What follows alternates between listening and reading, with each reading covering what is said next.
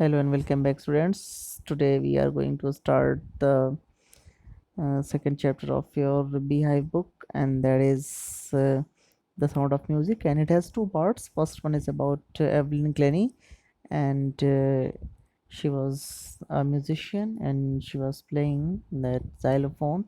And the story about Evelyn Glennie, we see that the interesting story of Evelyn Glennie that it should there listens to sounds without hearing it. The first paragraph says that rush hour crowds jostle for position on the underground train platform. So underground train platform was there, and jostle means very. They were pushing roughly, and it was crowded area. The slight girl, looking younger than her 17 years, was nervous yet excited, and she felt the vibrations of the approaching train. Even she was not able to see, so she was feeling the approaching train, the vibration of that. It was her first day at the prestigious Royal Academy of Music in London, and daunting enough for any teenager fresh from a Scottish farm. So she was from Scotland, and it was very, it is a like a pride for her to go to the Royal Academy of Music. The first time she was going over there now, but this aspiring musician faced a bigger challenge than most. She was profoundly deaf. So she was deaf, she was not able to hear, and she was about to play the music over there. Second para says that Evelyn Glennie's loss of hearing had been gradual. Gradual means slightly, means and dheere dheere, and it was not at just one she went deaf, but it slowly, um, she was slowly getting deaf. Her mother remembers noticing something was wrong when the 8-year-old Evelyn was waiting to play the piano. They called her name and she didn't move. She was about to play the piano when she was 8 year old, and she was not moving. She had not reacted when they called her name. So her mother thought that there is something wrong with my girl. They called her name and she didn't move. See, this is the line. I suddenly realized she hadn't heard, says Isabel Glennie.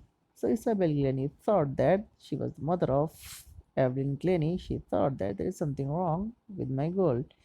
For quite a while, Evelyn managed to conceal her growing deafness from friends and teachers. So, at first, she wanted to hide her problem with the friends and teachers, but by the time she was 11, her marks had deteriorated, and her headmistress urged her parents to take her to a specialist.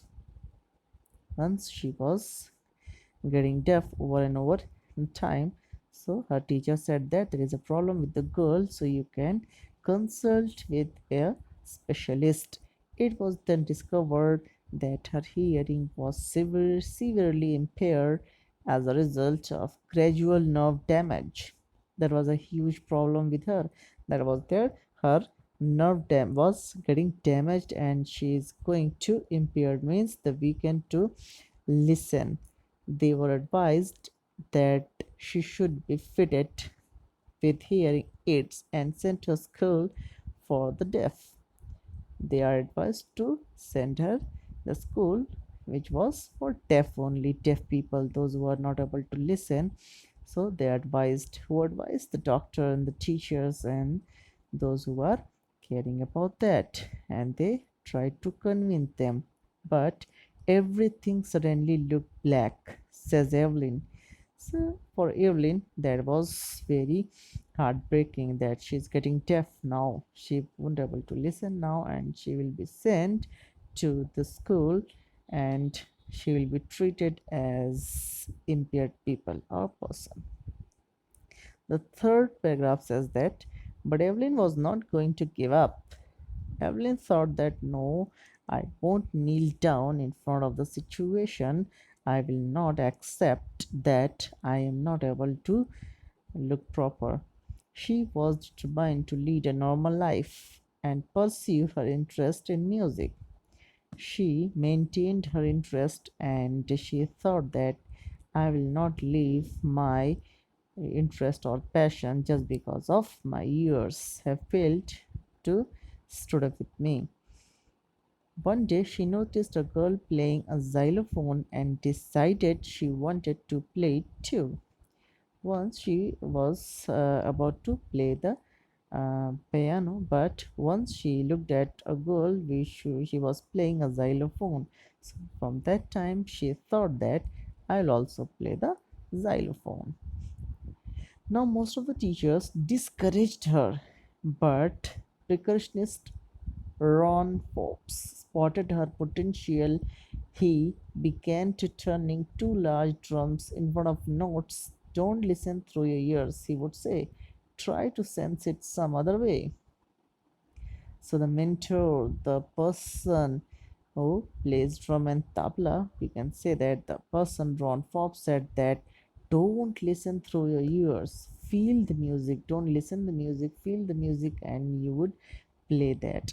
But except him, everybody discouraged her that you are not able to listen, so you won't able to pursue the normal life. So you can't go through it. But Evelyn said that no, I will fight and I will lead my normal life. I realized I could feel the higher drum from the waist up and the lower one from the waist down. Now she is telling the feeling that the high note means those were getting played and got the vibration, more vibration. She was feeling the upper side of the body, and those vibrations or the music which was slower, that she can feel the vibration from lower of her body, says Evelyn. Now Forbes repeated the exercise and soon Evelyn discovered that she could sense certain notes in different parts of body. Now she also got that one, each and every notes and each and every point of the music she can feel from her different parts of her body. I had learned to open my mind and body to sounds and vibrations. She connected her body with the rhythm and the vibrations so she can play that instruments. The rest was sheer determination and hard work. And from that day, she worked hard, hard and hard, and she found herself a musician. She never looked back from that point onwards. Means from that day, she learned and she pointed herself forward and forward. He toured the United Kingdom with a youth orchestra, and by the time she was 16, she had decided to make music her life. Means from that incident, only after 8 years, she found herself and she toured UK with that orchestra, playing that xylophone, and she thought that I will make music my life.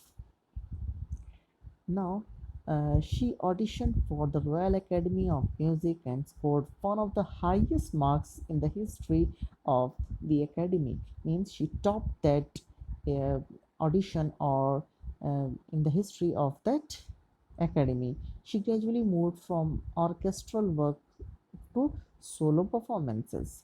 Orchestra is nothing but the um, that group of people who play the music. From that one, she started playing solo music. Now, what she did at the end of her 3 year course, she had captured most of the top awards. She always got the awards which was topmost in every concert or every competition she achieved. The fifth para says that, and for all this, Evelyn won't accept any hint of heroic achievement. Means she didn't think that she was a hero. She just pursued her dream and passion. If you work hard and you know where you're going, you will get there. And she got right to the top. The world's most sought after multi percussionist with the mastery of some thousand instruments and hectic international schedule. So she was a busy musician now, and she started playing many of the instruments without hearing that because don't forget she was a deaf. Still, she get mastery of that thousand instruments she get paid, and she is saying that if you work hard, know and know where you are going, you will get there. If you want and you determine to go there or to achieve something, definitely you will achieve that. Nobody can stop you. The rest of the paragraphs we will see in the next video. Thanks everyone.